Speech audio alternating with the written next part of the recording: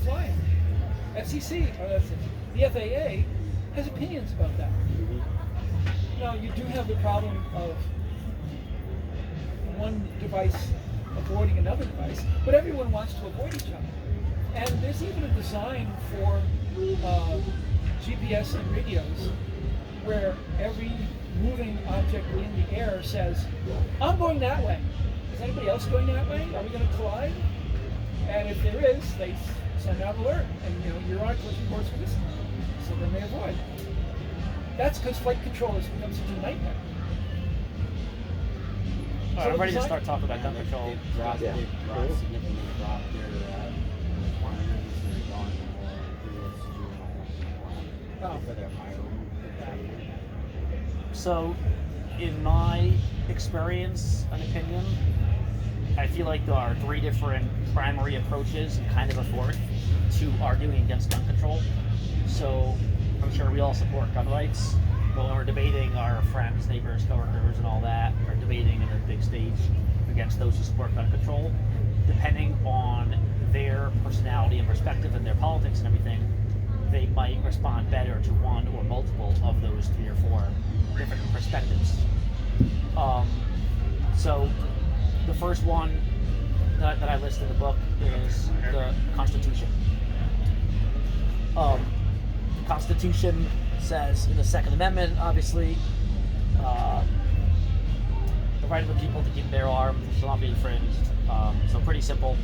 It actually does not have exceptions in the Second Amendment. It doesn't say except for felons or minors. So technically, if you're a strict constitutionalist, which I'm not, I'm a voluntarist, like a Spooner, but if you want to be a strict constitutionalist, you can't really argue against felons and minors and everyone having firearms, because the Second Amendment's very clear, and it says very clearly felons, minors, and the most psychotic people can have firearms. So that's just, it is what it is. But often they do. Yeah. Well, actually, I know of a lot of psychotic people and dangerous criminals who have firearms. Most of them are in DC, and they wear suits. Yeah. So anyway, so a lot of people. Badges. What's up? Or there were badges. Yeah. All the badges, that's true. So there were badges. Yeah. All the cops. So I've, for the last few years, until a few years ago, and I became voluntarist, and eventually wrote a book about why the Constitution actually sucks. The Second Amendment, is pretty great.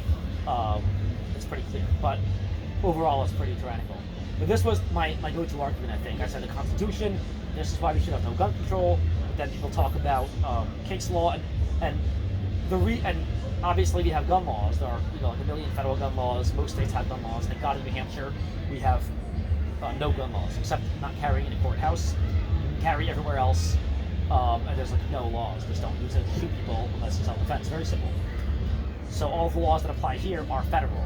Suppressors, AOWs, physical racetrack, and machine guns and SBRs and all that. So federal laws. What's up? Shoelaces. Yep, even shoelaces. I just wrote an article about that. Yeah. Did you? And I included that in the book because it happened right before the brace thing happened before I published it. So I included the brace drama. Who's going in? Well, the shoelace meme is You have to watch Firearms Unknown. No, it's fine. you got to read the book. Pretty much, the ATF, the way the ATF works is any single thing, and I'm literally not joking because they've said this, the ATF considers anything that can fire automatically or assist any firearm and fire automatically to be a machine gun, not like an accessory. It's legally defined as a machine gun. And that's the designation. So little metal card. The auto key card. Coat hanger. Printed on it. Yep. A shoelace, and a person sent the ATF a letter, and it was a shoelace, and he tied it to his old Ruger Mini 14 or something, and said this could make it fire full auto with bump firing. And the ATF sent back a letter saying, in this instance, this lace, this piece of string, is a machine gun. Meaning if you have it, you're going to go to prison forever. So, yeah, they've done that with a lot of other items, but literally the ATF sent a letter saying that piece of string in that picture, because the guy sent the picture of his gun, that's a machine gun. And if it's made after 86, it's illegal, and you go to prison forever, I believe. So that's really old shoelace. Yeah, old shoelace and an old gun. With a serial number.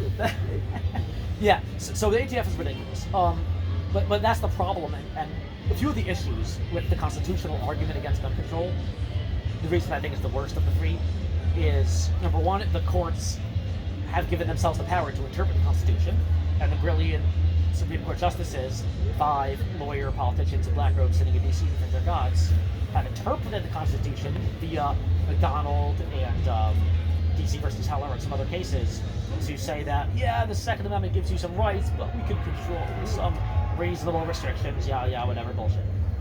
So the institution that can interpret the Constitution has interpreted it to mean that the Second Amendment is not limitless. That's very bad. Another reason I don't like the constitutional argument is those who use it, conservatives, generally say the Constitution gives us the right to own guns. And it's really a wrong way to think about it. Some don't understand the distinction, and I used to not understand it until I became educated, evolved, libertarian, voluntarist. But the Constitution does not give any rights. It purports to protect, guarantee our natural human rights, but it doesn't even do that. It fails. Including this fails. So, that's another issue. But that's a small aside. A big issue with the Constitution, I think the biggest one, is it can be amended. If you rely on the Constitution as your single crutch, your only support for opposing gun control, those conservatives, those constitutionalists, have an issue when the Second Amendment is amended, when there's an amendment to the Constitution that, by the way, can pass Congress right now. 2/3 of Congress supports at least some gun control. I think 99% supports some gun control. And at least 38 state legislatures support some kind of gun control. So it could actually pass as a U.S. constitutional amendment. Once that amendment is passed to strike the Second Amendment or amend it, then your one crutch, your one argument is gone. And then these constitutionalists fall because they no longer have that one support behind them. So for all those reasons, I don't like the constitutional argument. I think it's the worst argument for gun rights. Any questions about the constitutional one? It's just basic stuff that I just... What about the state constitutions that mimic or reinforce it? Excellent. Some of them are really good. New Hampshire's is simple. It just says, I forget which article it is. It says the people have a right to keep and bear arms in defense of their individual selves and their state. So it's pretty good. It's a little more clear language. But again, I think the same issues apply because the courts can interpret it. New Hampshire hasn't, but other state Supreme Courts have interpreted it to mean that you can have gun control, I believe. And also, if it's amended, then you still have the same issue. So the same things apply, I think. But yeah, some state constitutions are better. They all have similar provisions in them, and a lot of them were ratified before the U.S. Constitution. Right. It's not really a question, but when I talk to people who lean heavily on the Second Amendment, I really encourage them not to, and to think differently that that's not where your rights come from. If you own yourself, then you can defend yourself. And then they go into full-on bootlicking mode, and it's whatever. Yep. So that leads to the second. I try to discourage them from using that route because it's wrong. It's not.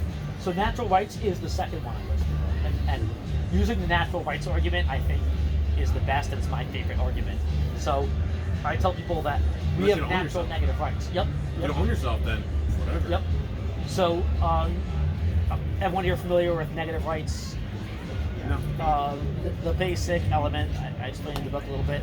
A positive right that a lot of progressives use is a right that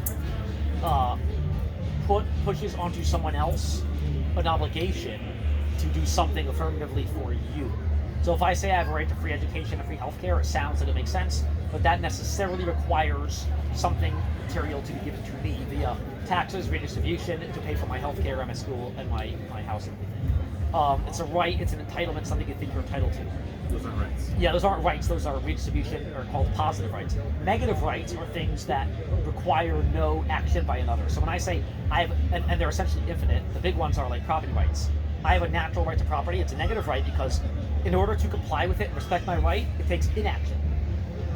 All it takes for you is to do nothing. Do nothing. And right now you're respecting my property rights. So I'm asking you to do nothing. It's not a hard ask, right? I'm saying don't violate my property, don't hurt me, don't take my stuff.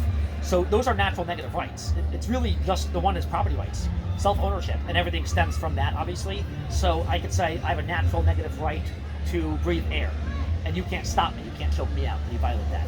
I have a natural negative right to own property. I can own all of this property I own. I can own a gun. I can own a house, and that's a natural negative right. I'm not infringing on anyone else, and it takes nothing for you to respect that right. Whereas when leftists say, I have a right to education and healthcare, it sounds good. Healthcare, you won't be able to die if you don't want it. Everyone deserves a right to college on Bernie Sanders. It sounds like it makes sense, education, healthcare, and housing, but it requires someone to pay for it. You have to enslave them to do it or steal their money to pay for it. It necessitates the violation of others. Exactly, other natural negative rights. So I would say self-defense is a natural negative right. I have a right to defend myself obviously if you were aggressing on me, you totally violated me. So that part of the book, my favorite arguments is I say two of the foundational negative natural rights, human rights that we all have because we're born humans as organisms. Whether you're religious, you think you're from God, whatever. Natural negative rights, one is to self-defense and one is property rights. And what I mean by that is I have a natural negative right to self-defense.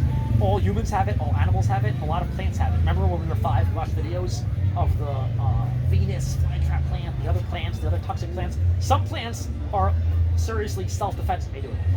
Self-defense plants, like they'll chop you if you crawl on it, they'll poison you, they'll stab you, they'll kill you. So almost every organism has some means of self-defense, and from God or whatever, but they're natural. So that's an evolution. Get stuck on that. What's that? A lot of people get stuck on that. Yep. Rights have to come from God, or Yep. they have to not come from God. Really doesn't matter. Yeah, where I think they if come you're a from, human only or that if you you're have any them. organism, yeah. So I don't care where they come from. We'll Yep. have them. So I would say I have a natural right to self-defense, and that's why I can own a gun. But also I have a natural right to property. So when people say they want to ban my gun because it has this or that or black Think of or the children. magazines, or think of the children, I say, listen, I have a I like that. natural negative right to own any property I want. Whether the property is my shirt about how much I lift, my shorts, my house, my car, my ring, and my firearm that's made of steel and polymer that happens to be a tool that can fire a projectile 1,000 FPS. It's property. There's no other way about it. I have a natural negative right to own any freaking property I want. The only time I would even be willing to consider a conversation on infringing that is if I owned, which is actually impossible for a few reasons that my co-host on the Liberty Lock podcast, Michael Snell, explained in an article. It's impossible. But imagine in a world where I could own super ultra dangerous nuclear reactive, fast half-life, super crazy nuclear material, that me owning it infringes on all your rights because it'll kill you in an instant if you're within a mile, then I would at least be open to an argument, maybe, of a concept, possibly. It's still probably not. Tony. Yep.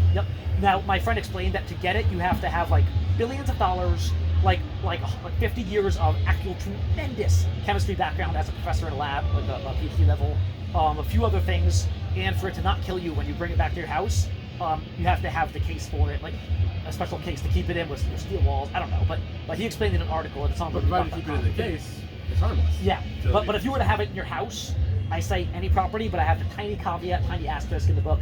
If you have horrifically dangerous nuclear material, I don't know anything about it, I'm not a chemist, but if you have that, maybe if it's killing others, or killing your neighbors, then there could be a conversation. Other than that, that kills nobody, I put it on my nightstand every day, it's never killed anyone at night, then that's my property, and nobody can say they have a higher claim to my property that I bought with my own money than I do. So, any questions about the property rights? They probably will say that. They'll say all kinds of stuff. People do say all kinds of stuff. That's infringing on my rights to see you with that shirt or something like that. What's that? That's infringing on my rights to see you with that shirt or I don't Yeah, no, I love that. I love that. That's a great point. I think I mentioned in my book. It's like someone Well, says, look at your yard. well, I have a natural right to feel safe. You're hurting my property value with your tall but that grass. violates my right. You say, and I've argued this with people who say, I have a right to feel safe, and I'm not safe when there are guns around. Again, your rights end there. My rights end here. If you don't feel safe, again, and I'm willing, there's some gray areas. If I pull it out and I aim at you and I put my finger on the trigger and I say it's hot, you can say you no longer feel safe, and I violated that because that's an imminent threat. But it's rights and responsibilities. Yeah. So you have the right to be an asshole, you have the responsibility not to be. Yeah. Loose But also, and if you loose and choose to do stupid. that, you forfeit your right to breathe Yes, yeah. because you have aggressed upon Yeah, them. exactly. That's the They question. kill you. But the big thing is, if you say you have a right to feel safe, and I've responded to this, and I'll respond in a second. If you say you have a right to feel safe and you're only safe if everyone in your state has no guns, then you are asking to infringe on others' natural negative rights. But again, I understand authoritarians wouldn't agree with that. They would say, no, you're stupid, you gun insurrectionist, white nationalist. I have a right to feel safe. But that's why I say we should have 50 states split up, and that's why all 9 of my books end with the word secession. They can have their state with no guns and see how well they do. You can just look at Chicago's statistics and Baltimore and California. Works great. And yeah, we'll look at New Hampshire and Wyoming and Maine statistics, and you'll see who's safer. But yeah, they can have their state, and I wish them the best if they have their state with no guns. But that's where I would say you're violating my right. And now going back to that, I would respond satirically, facetiously. I would say Well, I have a right to feel safe, and I don't feel safe when there are dum-dums and people who are smoking, and all the smoke in the air and all the other stuff, and the mining for cobalt for your electric cars, and I don't feel safe with the jabs going around with vaccines. I don't feel safe. End all vaccines. So again, safe with people saying you shouldn't have a gun. yeah, I don't feel safe around people who have gun-free zones. So again, I can say that, and actually, I think there might have actually been lawsuits of gun-free zones saying I don't feel safe because it's a criminal zone. And begging for criminals to attack there. So yeah, so that deals with that. I'm not familiar with any states where it's anything more than a trespassing violation. Some states, if there's a no gun sign, I think it's like a crime if you have it there. I think most don't states know. it's Maybe they'll just ask you to trespassing. leave and it's Yeah. trespassing. Yeah. And it's not like criminal trespassing, it's just trespassing. Yep. So if people don't care about the Constitution and they don't care about natural negative rights, the other of the third big primary arguments I would use for them is statistics. Just look at the practical application of gun control, and you'll see almost a perfect correlation if you plot every single city or state or county with their gun control laws or how Democrat their politicians are, and the overall. You can look at homicide, you can look at gun violence, you can look at overall murders, and you'll see that all three of those, whatever you look at, will be almost a perfect correlation if you look at the areas by city or state or whatever. DC, Chicago. Yep. So the most Democrat places that have had 100% Democrat rule for like 100 years, DC, Baltimore, Chicago, I think New Orleans, St. Louis, LA, and a few other places are the top 10 dangerous places. New York City, yep, LA. yep, LA. So and they're all Democrat rule for like 100 years, and people have written books about this. The Crime Prevention Research Center, John Lott, has written a few books, and his website has a lot of great stats. I cite him a lot. It's He's almost done all a this. vicious cycle though, because those places have the highest gun violence and the most people against guns. Yep. So And they say we need more gun violence. And New York City is already number one in gun control in the United States, and every day they say we need more gun violence. What's up? They have more rules than Chicago. Oh yeah, New York City is the worst. Yeah, I live there. It's if you even think about the word gun or case or cartridge or brass, you're dead. New York State as a whole is pretty bad. New York State's very bad, and New York City went even like 10 levels beyond that. So you can't even think of the word gun. I thought Chicago was like Yeah. the No, ultra no, because draconian. Chicago might have some additional laws. Illinois is decent. Chicago has a few laws maybe, but nowhere near. Like you can have a gun if you get a permit. In New York City, no one can get a permit. It's impossible. You see John Stoss's piece about that? I think so. A while ago. Yep. We thought basically you have to bribe someone to get a permit. Yes. Yeah. There was a bribery scandal where the NYPD commissioner was taking big bribes, $100,000. John for a Stoss permit. was Where was Yep. that? Yeah. New York City. New York. And the chief and mayor and a lot of big captains, I believe, were involved. I don't think anyone went to jail, but whatever. Shocking. But it was a big scandal. But the only two people I've heard of who got permits in New York City, this is a while ago, was Donald Trump, who lived in New York City. He got a permit for a handgun, and Chuck Schumer, who was the U.S. Senate Majority Leader. The Democrats. So, you're saying he's a hypocrite? No. Couldn't be. Yeah, so those two people, I haven't heard of anyone else who got a permit. I think I applied. It's like 6 pages, takes 6 months, costs a lot of money, fingerprints. Well, no, John Stoss did it, and he did everything right. And he got it. told Yeah. No. He couldn't Yeah. get it. And then he kept asking and pulling at strings, and he was like, "Oh yeah, you got to bribe someone." Yep. He's like, "Oh, that makes sense now." Yep. So yeah. So And he statistics, the had letters, practical application. people Yep. threatening his life, and he submitted it. This That's is why true, I need a yep. gun. Yeah, you have to be imminent harm. Like literally, tell the Yeah, police people chief you sending have a letters. person with a gun to your head. Like you got to be there with an imminent threat. And then wait 6 months. It's New York Yeah. City. It's New York City. Yep. New York, you can actually get a gun Yep. and a permit. Yep. Yeah, the city is so. That's why I left. Honestly, I left New York City 6 years ago. Best decision ever. And one of the biggest things was gun laws. I saw New Hampshire was best, New York City was the worst. So it was that, taxes, and a few other stuff. And that was probably those two big things. Why You'd be so much happier, I bet. I'm way happy. Yeah, New York City's the worst, and this is the best place. So, yeah, those are the three big ones. The practical application, just tell people a gun-free area, more crime, more gun freedom, less crime. And the fourth little one that I added, I think last year when someone mentioned it at the same talk I gave, is the emotional argument, because some say it's the worst, but for a lot of people who are emotionally based, it's the best. You could tell them stories of those who couldn't get a gun because of gun laws, or had that waiting period. And there are a bunch of stories I have in the book of someone who there was a threat on their life, or ex-husband abused his partner, has a restraining order, which is just a piece of paper. He violated it, killed them, and the person was waiting that 7-day mandatory waiting period for a gun. So the leftists call it a cool-off period in case they wanted to get a gun to do something hot. But Well, again, you get rather cold when you're laying on the slab. that's a great point. I've got a Yep. friend whose child's father killed her children and himself. She is not anti-gun in the slightest. Even after that. Yep. Yeah, and tragedy is always going to happen. And again, if something's going to happen to me, I always carry, like, all the time. That's why I didn't go to the RFK thing. Because I'm going to, die fighting. So I'm not going to die in a corner like a bitch. Like, I'm going to have to, like, die fighting. I've never pulled it out in 6 years. Probably never will. And I de-escalate everything. But, like, you have to protect yourself. It's better to have it and not need it than need it and not have it. And I'm glad my wife carries now, too. My baby, once he's out of diapers, maybe he'll start carrying too. So, so those are the three big ones, and then emotional argument. So, and there are plenty of arguments. I have a few anecdotes in there about me, friends, and family that we should have gotten a gun and would have been a little better off, but we couldn't because we were in New York City. Just you could find tons of stories of a grandma, like my mother, like I mentioned in the book. My mother's like 67 now. She has arthritis. She's shrunk to like 4'11". And she's in Jersey, where, again, it's almost as bad as New York City. New Jersey, you can't even think about ever touching a gun ever. New Jersey is worse than New York City in that a BB gun is indistinguishable from a gun in New Jersey. So a BB gun is the same. It's the same. Jesus, I hope that's bad. The same, decades in prison, like prison for a BB gun. So I would have given my mom a handgun. I still would if she would take it, but she wouldn't because it's so illegal. But if she is on the street or in her home and has a confrontation, she's got zero chance. She can't run fast anymore. She's a strong woman that can't fight, one or more assailants anymore. Without a gun, she's got zero chance. What's up? What about a good knife? My mom doesn't know how to knife fight, unless they're trained with it. And she's got a duty to retreat as well. So Yeah, New Jersey's really bad. Even in the house. Yeah. But besides for the law, if you defend yourself, you're going to go to jail. But at least you have a prayer. But without a gun, she's got no prayer for herself. No, so it's sad. And so when you argue with people, make the emotional argument. And the Democrats are a lot better than this, and conservatives, and even they're better than libertarians. And we're the most logical cohort in the world. We're always straight logic. But When it comes to arguing with each other. Yep. Yeah.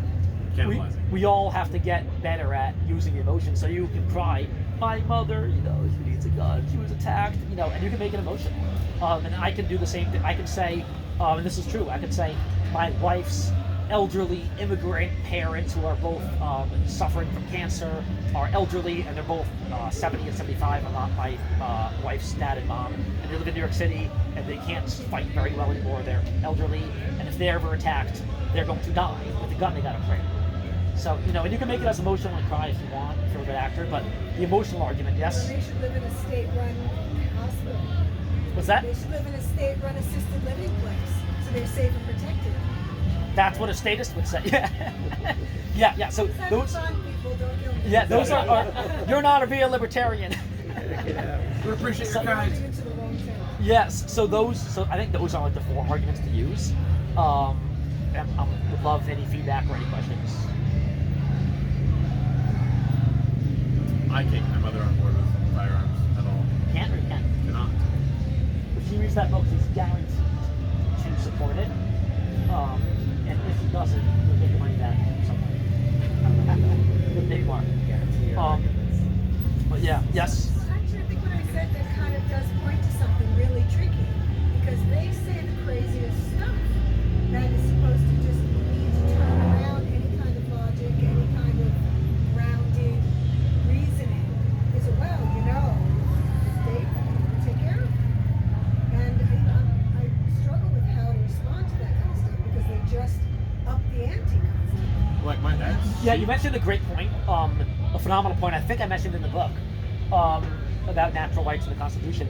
Some people will say, and I've heard this so much, you don't need a gun, the police will protect you. Police protect us. And again, back when I was brainless. Back when the Supreme Court, they don't. Yep. What's up? Supreme Court has said 6 times they don't do it to protect you. What I was going to say, the Supreme Court has said police have no duty to protect. Their job, very simple, if you think of it like a lawyer, a criminal justice professional is, their job is to literally, according to them and everyone, apprehend suspects who are suspected of committing a crime. Investigate. Investigate and bring them into the justice system. They're not there to protect you, they're there to apprehend suspects. So sometimes that can cross over, and they might protect you, but they have no duty. For instance, if someone's shooting me and a cop is right there, he can walk away and run like a bitch screaming. And that's no violation. Literally, there's no... Even if it's a school. We all saw, and by the way, we all saw Uvalde, the school, where like the 80 pussies on the SWAT team sat outside for like 40 minutes or whatever. Yeah, then we all saw, and I wrote an article saying it's way past time to abolish police because they don't have to protect us. But that's very true, but it doesn't matter because the real fact is when seconds count, they're minutes away. You could live next door and Yeah. boom, Yeah. you're gone. So If they come at all. it's a Yeah. phenomenal point. I think the national response rate for police for like the highest level emergency, like priority 1 in my system or whatever, is like 7 minutes. And even if it's the best system is like 3 minutes. Yeah. Like the best kind of system and the best like EMS or police is like 3 minutes. Again, 3 minutes you could fire 10,000 out real shots. fast. Yeah. For those who aren't familiar, handguns are generally firing bullets around 1,000 feet per second. Rifles generally fire at 3,000 feet per second. So now let's say this, and I think I explained this a few times in some articles and books. Imagine cops did protect people. Imagine they had to or they wanted to protect you, and they were super close, and they wanted to protect you, and they loved you all so much because they're all saints, right? And they make a judgment. Yeah, and they wanted to protect you and take a bullet for you. Cops would have to be literally omnipresent. They'd have to be occupying all spaces Well, that matter in the 1-to-1 universe. ratio. Yeah, they'd have to be a trillion cops covering the earth. Security guards. Yeah, to be in front of you, and they'd have to be, if he shoots me from 10 feet away at 1,000 feet per second, the cop has to be like 7 feet away from me. And he has to jump and catch the bullet and take the bullet for me.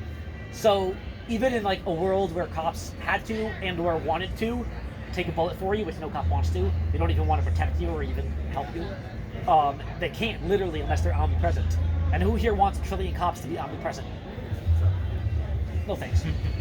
So for all those reasons. RFK's up on the stage.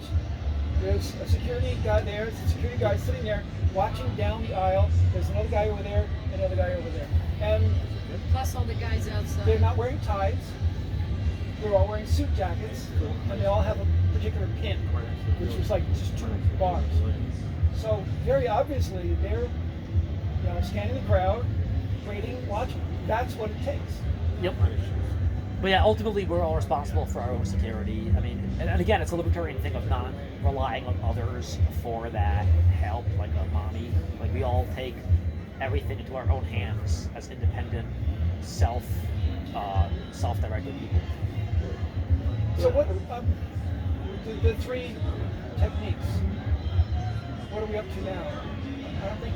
So pretty much 4. It's the constitutional, the natural negative rights, Okay. the practical statistics, and the emotional argument. Oh well. What about 5? Deterrence. People have. What's more valuable? An alarm in your house that nobody knows you have, or the sign outside that says you have an alarm. Skip me. Yeah. Go after And somebody carrying a else. gun is a phenomenal deterrent. And by the way, Right. one of the reasons I went to open carry, my brother convinced me, because he always open carried, my older and little brother. But I always concealed carry until like a year or 2 ago. They convinced me. It's more for activism, to be honest. Everyone sees it, and it's a big liberty activism shouting out 24/7. And a lot of others have started over the last year carrying in New Hampshire, which is great. But it is a deterrent to everyone else, and it's faster, and you don't have to clear garments. So it takes away one more potential obstacle. So, but yeah, you're right. Deterrence is maybe so good I might even add it as a 5th. It is deterrence 100%. If people carry, way less shootings. Of course, it's also a should be first. Yeah, so I've heard that too, and I think overall, again, I don't know, but in my mind, that's outweighed by the quickness of this being like 1 second versus 1.5 seconds, and the ability to get stuck in my shirt, and the deterrence, and the activism and encouragement to everyone else, because they see me open carry and they'll be like, you know what, I'll start open carry. Yeah. And what I'm trying to do is make open carry great again in New Hampshire, and once we get like 5% of porcupines even, or 5% of Republicans carrying in New Hampshire, oh my God, we'll be even safer, and we'll have like 10% of progressives move away from the state. Yeah. And that's good too. So I think there are so many benefits that the fact that I'm wearing it and could be a potential first target for a shooter, I think is outweighed by that. So I do, and again, it's also rare that like the fact that someone's coming in and looking and seeing if you're open carrying, and you can turn the other way so they don't see it, but that's outweighed, I think, because it's so rare also, outweighed by the fact that tactically the advantage is speed and lesser obstacles. Because one more thing, people get stuck in your shirt, and that second costs you your life. Like you don't need that. But I would say, so the last part of the book after those 4 methods of arguing, the last part actually have like 25 appendices, like appendix A through like M. And it just goes through a lot of just random stuff that I end up just writing, because I'm just writing, and I was just spinning out my thoughts. It was it explains for even the newbie who doesn't know what a gun is, what a gun is, how firearms work, and how ballistics of cartridges and bullets work, how to carry, what to carry, how to store in a house, how to buy a gun, how to shoot a gun, everything in the universe you need, and if you need more detail than you want, I go into in the last part of the book, which is like half of it, appendices at the end. And in that I explain open carry, concealed carry. One of the overarching points is whatever you do, train with it. Train with your pistol, train how you carry. If you always carry like this, 3 o'clock open carry, train at the range. Draw, fire a million times. Practice drawing and firing, even dry firing at home. If you conceal carry, practice with the kind of shirts you wear. If you wear t-shirts that are somewhat tight, practice. Here, draw. Practice clearing it. So practice with 2 hands a million times. And I don't practice enough here. Practice with 1 hand, clearing it and drawing. Because you may only have 1 hand. I'm holding my baby, I'm holding stuff, I'm fending away someone else, I'm doing something else, holding my flashlight, whatever it is, or injured arm. So practice everything. My wife will carry in various types of holsters or book bag or whatever. Practice that. Bring it to the range. Bring your bag to the range. Practice. Purse, bam, zip, open, go. Time yourself. If that's 4 seconds and this is 1 second, maybe start carrying on your belt.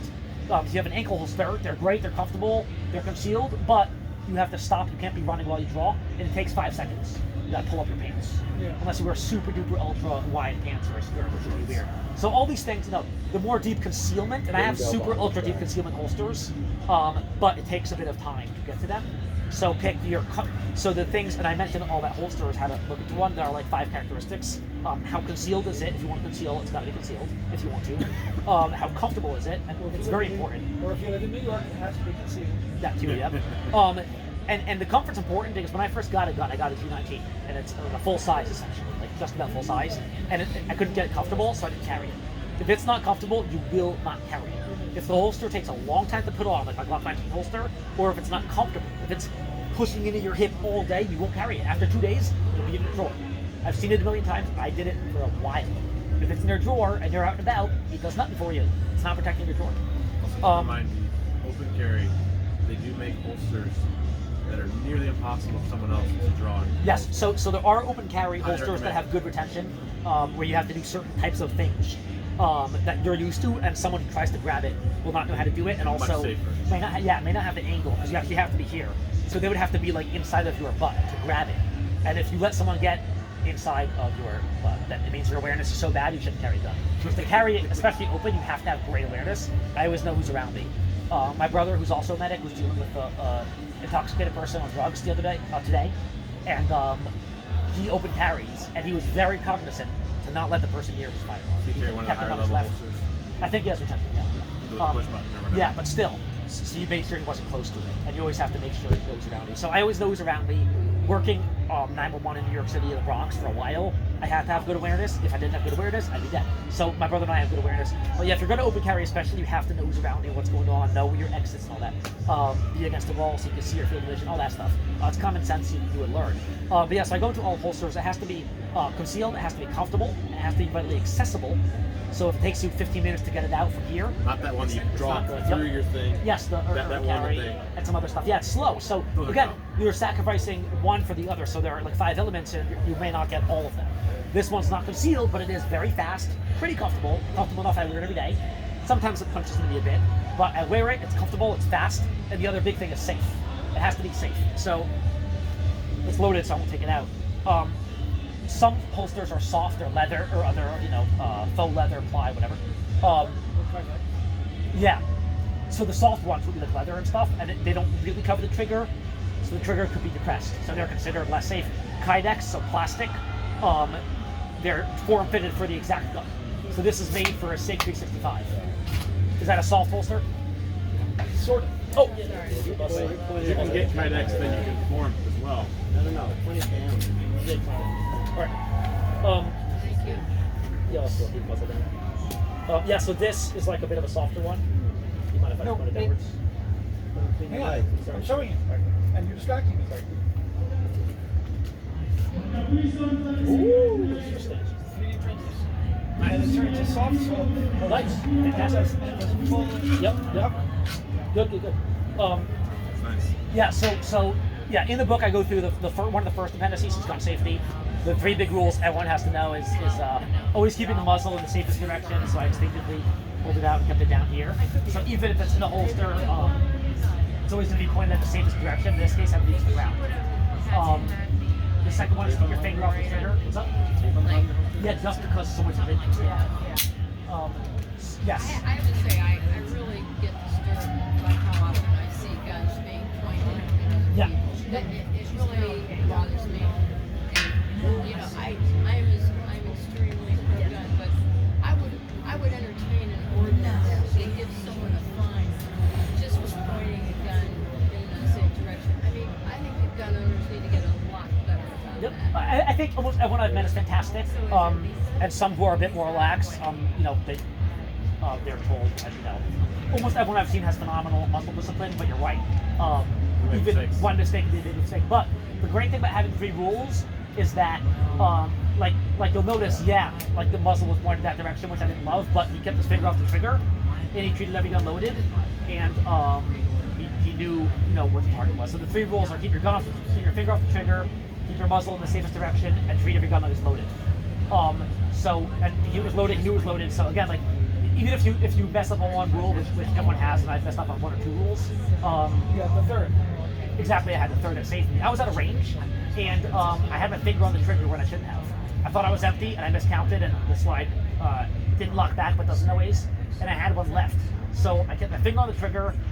I didn't treat it like it was loaded, and I had 1 more on my LCP, and because thank God my muzzle was pointing towards the target in the range, it went off and it went downrange. So at least I followed 1 rule. I was lapsed in judgment. I messed up 2 rules. I mean, again, I've seen people, even range officers, flag me. The muzzle like this, in my stomach. A range officer in range, and I got a bit upset. Yeah. So again, yeah, 100%. I'm with you. I got upset too. But yeah, so those are the 3 rules I go over, and the 4th one is always know your target and what's behind it and around it. If they're shooting, if target shooting or shooting the open. But yeah, so going back to the holsters, the 5 big things are, I believe, it has to be comfortable, it has to be readily accessible, it has to be safe, so the trigger guard has to be covered and safe and all that. So like Mexican tuck, Mexican carry, where you take it like an old Mexican vaquero and you stick it in your belt. I don't love it, especially if the gun's hot. Like full frame, but they don't really need full frame. Yeah. So for me, again, I have Kydex. It is totally hot. It has no safety, but this Kydex holster, the trigger cannot go off because it's covered in hard plastic. So plastic's fine. Leather, even thick leather, is considered soft, even though for the most part it's fine. And depending on how comfortable you are, at first I wanted the gun to not even have a round in the chamber, so it's just a magazine. I would have to rack it, which is fine if that makes you comfortable to carry. But ultimately, to be safer, you cannot expect to have time to rack a slide. People die rack. I've seen videos in a grocery store surveillance cam of a guy thought he had time to rack the slide and he didn't. He was killing it. So, and by the way, if you don't have time or you don't have a second arm, or if you miss, because this is a fine motor movement, you miss because adrenaline, you're dead. I've got a guy who likes to rack on his pocket. I'm like, you're fucking. Yeah. Stupid. Keep it. It has to be hot. It's safer hot than with a bomb in the chamber, because it's ready to go, and you want to minimize potential obstacles, things that will get you killed. You can have a safety, so you can have a hard holster, you can have a safety.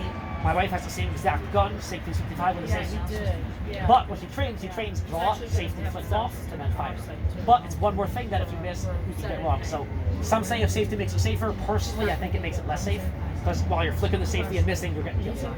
So again, different schools of thought, but just keep in mind that's a personal decision. But things to keep in mind for a gun: around half the guns out there are safeties, half of them don't. Some are available in both models. No Glocks have safeties. Some SIGs do. Some Rugers do. Some Smith & Wessons do. A Glock, they only made 1 gun. Same exact gun, different sizes, different calibers. They have no safety. Or the Nambu 9M officer, Japanese officer's pistol, has a safety. It doesn't work.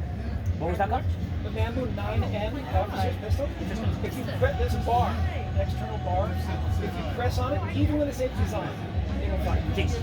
Garbage. Interesting. Throw it away. Yeah. So I go in appendices. I go through everything, basics, kinds of ammo you want to carry, guns, holsters, how to carry, how to get a gun, all that stuff.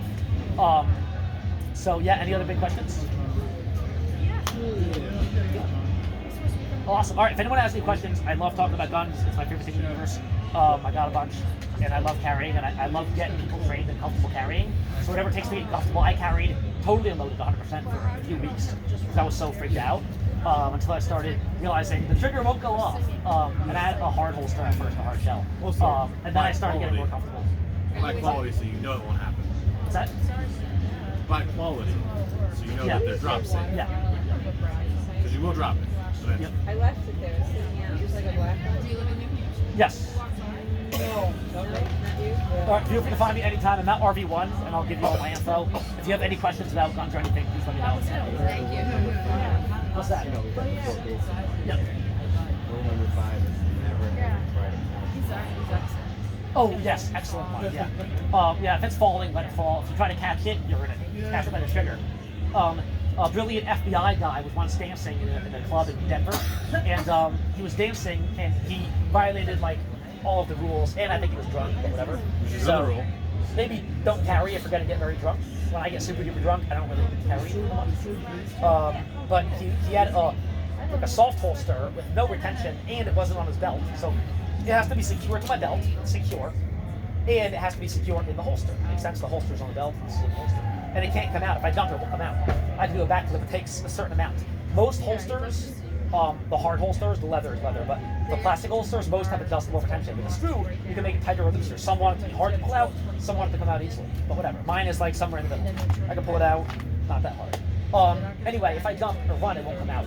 I sprinted earlier, it didn't come out. I wouldn't do backflips with it, but it's probably fine. Anyway, this guy's in a nightclub, this guy Denver dancing, and he wants to show some two girls he's doing a back handspring or something. Does a back handspring, the gun falls out, so already he's like drunk, he's dancing, back handsprings with a gun, violate a few rules. Here's what he does. He picks it up, but when you pick up a gun, what do you think you should do? Pick it up by the handle, because handle means put your hand there and hold it. He picks it up by the trigger. Oh my God. So he goes like this to pick it up. This is FBI. No, he knows better than you. He's FBI. He's special agent, super ultra experienced, very smart. They should have guns, we shouldn't, because they're smart and we're dumb. So he picks it up by the trigger, shoots a guy in the club. It's a dance club. Shoots a guy. Doesn't even check on him, laughs, and like walks away. I don't know if he was punished. He might have had a tiny write-up or something. I don't think he was like fired or punished. No big deal. No, I'm sure that's fine. No big deal. But yeah, so don't do that. Don't be like the FBI. Yes. What are these 5 boxes of American safety? Yeah. Oh, the It's soapbox, No, the ballot The box, soapbox, the ballot box, the cartridge box. the jury box, Okay. the cartridge box, and the moving box. What the hell's a moving box? Cardboard box to move to New Hampshire. Woo! Get him! All right. Thank you very much. Thank you. Thank you. great. Thank you.